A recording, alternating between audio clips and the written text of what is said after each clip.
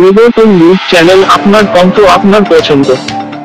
স্বাগতম প্রিয় দর্শক, আজ আমরা পরিবর্তন নিউজ চ্যানেলে আজ দুর্বার মহিলা সমন্বয় কমিটির 30 বছর পূর্তি উপলক্ষে মেলা এক বিশেষ মুহূর্ত ঘোষণা সাংবাদিক সম্মেলনে উপস্থিত আছি। উপস্থিত ছিলেন দুর্বার মহিলা সমন্বয় কমিটির সচিব বিশাখা লস্কর, ডলি সাহা এবং শিখা দাস সহ যৌনকর্মীরা। তাই দুর্বারের 30 বছর পূর্তি উপলক্ষে মেলা আয়োজিত হচ্ছে 4 দিনব্যাপী রবীন্দ্র কাননে কোম্পানি বাগানে।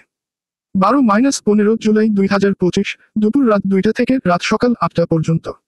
মেলাটি মর্যাদার জন্য, অধিকারের জন্য।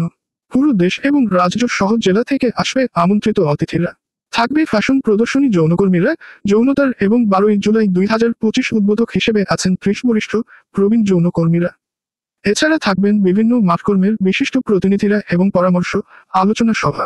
মেলার উদ্বোধন 12 জুলাই সকাল 11টা থেকে। থাকবে স্টল, খাবার, ড্রয়িং প্রতিযোগিতা, শ্রেণীর হিসেব, কাপড় এবং অনেক কিছু। যৌন পেশাকে শ্রমিক হিসেবে মর্যাদার দাবিতে লাগাতার আন্দোলন চালাবেন। লাগাতার সামাজিক কাজ করছেন কমিউনিটি। স্কুলে যৌন কর্মীদের বাচ্চারা মান মর্যাদা পেয়েছেন। সবাই পশ্চিমবঙ্গ সরকারের প্রকল্প পাচ্ছেন।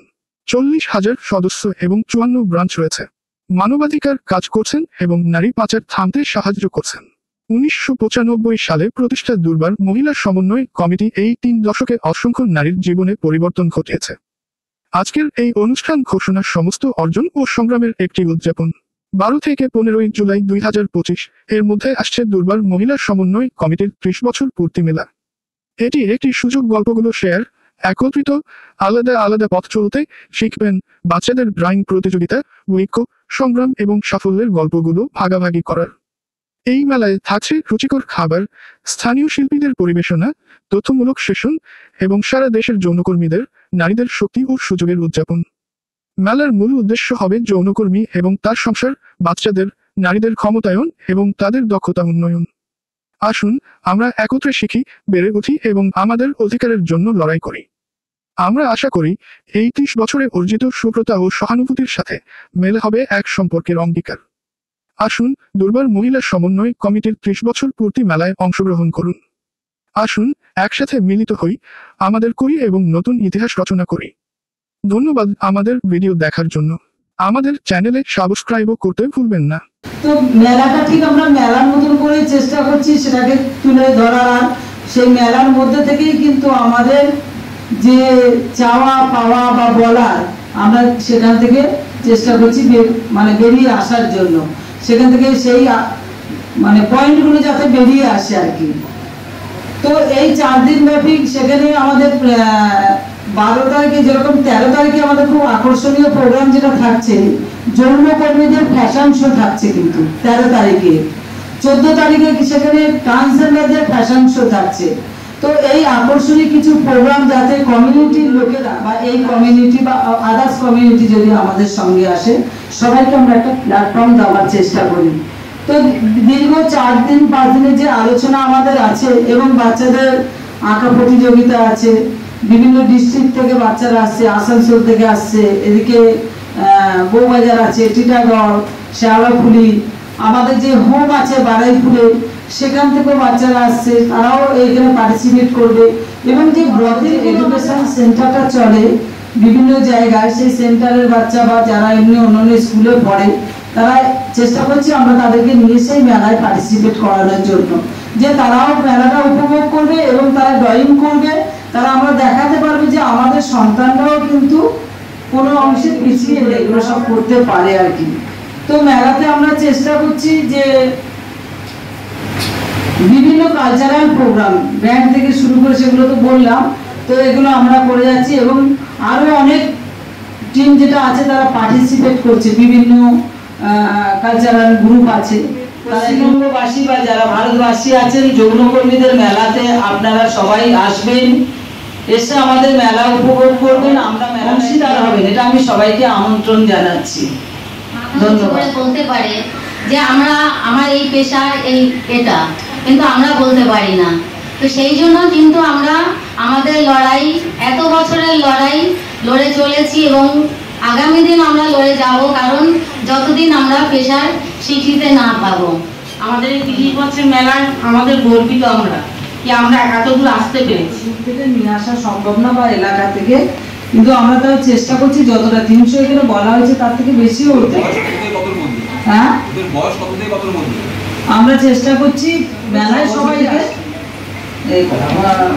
8 বছর বা 8 বছর এরকম। এখানে দুর্গা হচ্ছে মাদার সংগঠন, প্রোগ্রামটা হচ্ছে দুর্গা ওনাদের উপর নির্ভর করে, কিন্তু এই মেলায় আসার প্রত্যেকের অধিকার আছে, এটা কমিউনিটির মেলা। তো এখানে যে বাচ্চারা আসছে তারা কি আর এই সংগঠনের বাইরে? সংগঠনের বাইরে নিশ্চয়ই নয়, সেটা করতেই পারে। আমি বলবো মতবিরোধ থাকতেই পারে, কিন্তু দুজন যদি কোনো সন্তান বা কেউ মতবিরোধ করে, এই নয় যে যৌনকর্মীর সন্তান আরো যে 3000 বা 4000 আছে সবার মতামত এক হবে। একটা সময় এই প্রশ্নটা আমাদের কাছে খুব কঠিন ছিল, কিন্তু আমি 92 থেকে শুরু করে 2025 সাল, আজকে 25 সালে আমি কথা বলছি দাঁড়িয়ে, স্কুলে ভর্তি হবে না, কিন্তু এই আমরা যেটা মায়েরা সবসময় চেষ্টা করবে যে আমার সন্তানকে, সেটা যদি একটু ভেবে দেখেন, একটা সময় এরকম কিন্তু কোনো মহিলার পরিচয়তে বাচ্চা ভর্তি হতো না। এখন আমাদের এই জায়গাটা অসুবিধা হয় না। আপনারা যদি দেখেন এখন ড্রপ আউটের সংখ্যা সেটা কত, হয়তো 2%, আগে 50-50 ছিল, সেটা 2%। একে আমি ঠিক করে পড়াবো না, এই ভেদাভেদটা করলে আমরা বাচ্চার মুখে শুনলে সাথে সাথে স্কুলে গিয়ে শ্রমিকের বাচ্চা হতে পারে, একজন যৌন শ্রমিকের বাচ্চা হতে পারে, একজন IPS অফিসারের বাচ্চা। মেম্বার হচ্ছে 40,000, ওভারঅল হয়েছে 54টা ব্রতেলে আমাদের এই সংগঠন শাখা কমিটি আছে। আমরা ওভারঅল তাদের সামাজিক সুরক্ষা বা যৌনকর্মী তাদের অধিকারের কথা বলি। যদি আমি 1-2টো উদাহরণ দিলে আপনারা বুঝতে পারবেন, লকডাউন পিরিয়ডে যেভাবে মানুষজন সারা পৃথিবীটা আমাদের ছিল, যে যেখানে আছে তাদেরকে ড্রাই ফুডের ব্যবস্থা করতে হবে, স্পেশালি যৌনকর্মীদের। তো আমরা সেটা সুপ্রিম কোর্টে আমাদের এই আর্জিটা গিয়েছিল, তারপরেই কিন্তু প্রত্যেকটা যৌনকর্মীর ভোটার কার্ড, আধার কার্ড কিন্তু এটা আমরা করেছি। এবং 2006 সাল থেকে আমাদের এই প্রসেস শুরু হয়েছে। আমরা 2006 সাল থেকে শুরু করে আজ অবধি যে সমস্ত সরকারি সুযোগ সুবিধা আছে আমরা চেষ্টা করি। দেখেন যে আমরা কোন কাজটা করতে পারিনি, সমাজ সেবার কাজ কিন্তু যৌনকর্মীরা খুব সাকসেসফুল করছে। আজকে HIV/AIDS নিয়ে আমরা কাজ করছি, তাদের রেগুলার মেডিকেল চেকআপ দিচ্ছি, তাদের ICTC নিয়ে যাচ্ছি বিভিন্ন ট্রিটমেন্ট। এবং আমরা 2006 সালে ইমোরাল ট্রাফিকিং প্রিভেনশন অ্যাক্টের যে ধারাগুলো সেগুলো কিন্তু বাতিলের দাবিতে আমরা একটা ট্রেন পুরো পশ্চিমবঙ্গ থেকে ভাড়া করে দুর্বার এক্সপ্রেস বলে হাওড়া থেকে আমরা দিল্লিতে গিয়েছি, পার্লামেন্টে আমাদের দাবি দাবাগুলো রেখেছি। আমাদের জানেন এই নামটা কখনো জানতেন কি? তাহলে এই নামকরণটা কবে থেকে হয়েছে? 97 সাল থেকে হয়েছে। দিল্লিতে যখন মিটিং হয়, প্রস্টিটিউটস কথাটা বলা যাবে না, সেখানে যৌনকর্মী বলতে হবে, সেক্স ওয়ার্কার বলতে হবে। বিভিন্ন উন্নয়নের কাজে কিন্তু যৌনকর্মীরাই আছে। আপনি ইতিহাসটা অনেক সমাজ পরিবর্তন বা দেশ স্বাধীনের অনেক কাজে লেগেছে। সুবিধার কথা যেটাও বলছি যে দেখুন, কোনো কাজ করতে গেলে আজকে যৌনকর্মীদের সমাজে কখনো তাদের গ্রহণ করেনি, তো এই গ্রহণ করাতে গেলে অসুবিধাটা থাকে। যৌনকর্মীরা আর 5 জন কর্মীর মতন কর্মী বা আর বা আমরা সেইভাবে এগিয়ে যাচ্ছি। এই ছোট ছোট চ্যালেঞ্জগুলো নিয়ে আমরা খুব একটা মনে করি না, কেন চ্যালেঞ্জ না থাকলে আমরা কখনো কোনো কাজ করতে পারি। আমার যদি যোগ্যতা থাকে আমি কেন করব না?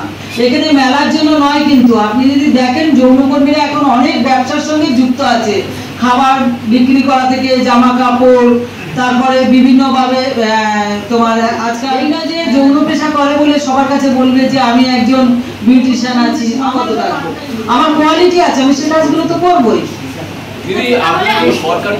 আমাদের যারা মেয়ে সন্তান আছে তাদেরকে আমরা এই সুযোগ সুবিধাগুলো পাইয়ে দেওয়ার এগুলো আমরা করেছি। যেরকম বয়স্ক ভাতা আছে, বিধবা ভাতা আছে, যারা প্রতিবন্ধী আছে তাদের প্রতিবন্ধী লোকের ভাতা তো সবাই পাচ্ছে যাদের আছে। হ্যাঁ,